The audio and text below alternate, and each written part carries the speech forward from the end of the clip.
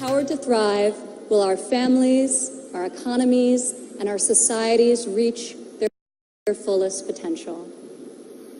As a former entrepreneur, employer, and executive in a male-dominated industry, I've seen firsthand that all too often, women must do more than their male counterparts to prove themselves at work, while also disproportionately caring for their families at home.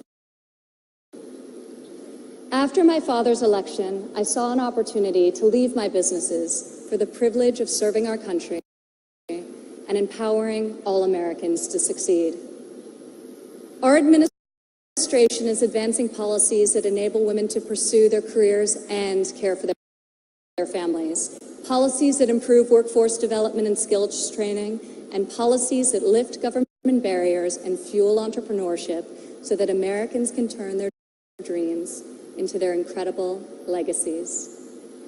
In the last decade, women have made remarkable strides in starting new businesses.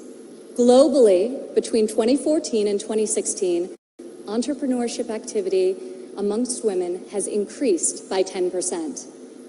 In the United States, within the last decade, the number of women-owned firms has grown by 45%.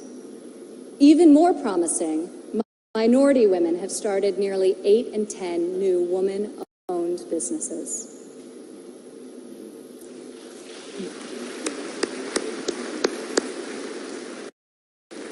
Today, more than 11 million women in the United States own businesses. They employ nearly 9 million workers and generate over $1 trillion in revenue.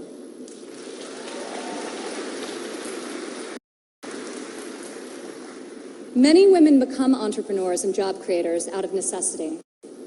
Some weren't given the flexibility they needed at work to care for their families.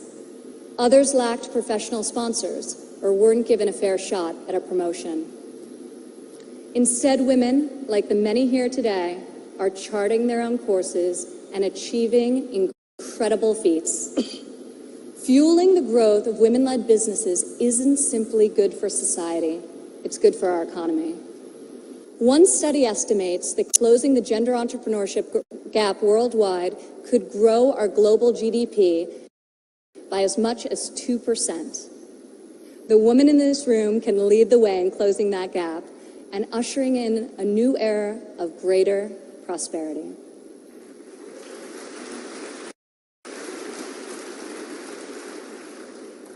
Yet despite the soaring rate of female entrepreneurs, women still face steep obstacles to starting, owning, and growing their businesses.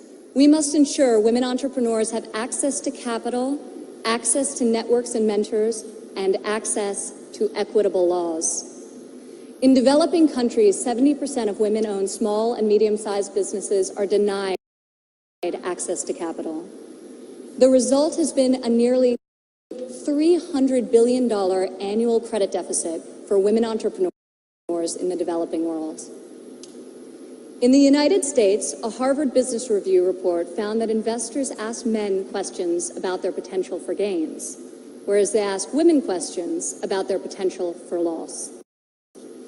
This could in part explain why women entrepreneurs received less than 3% of venture capital funding in 2016.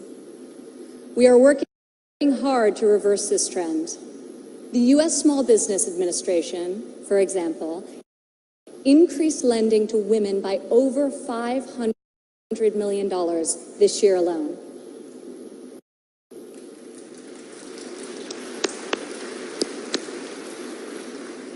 When it comes to networks and mentorship, roughly half of women in the United States say they have difficulty finding a mentor. Yet mentorship is critical to success, as each of you knows. Entrepreneurs need professional guidance to help them start and grow their business. In the United States, we are fostering mentorship through programs such as SCORE, a nationwide initiative where successful men and women coach those who want to become their own CEOs. And when it comes to equitable laws, while many developed and developing countries have made tremendous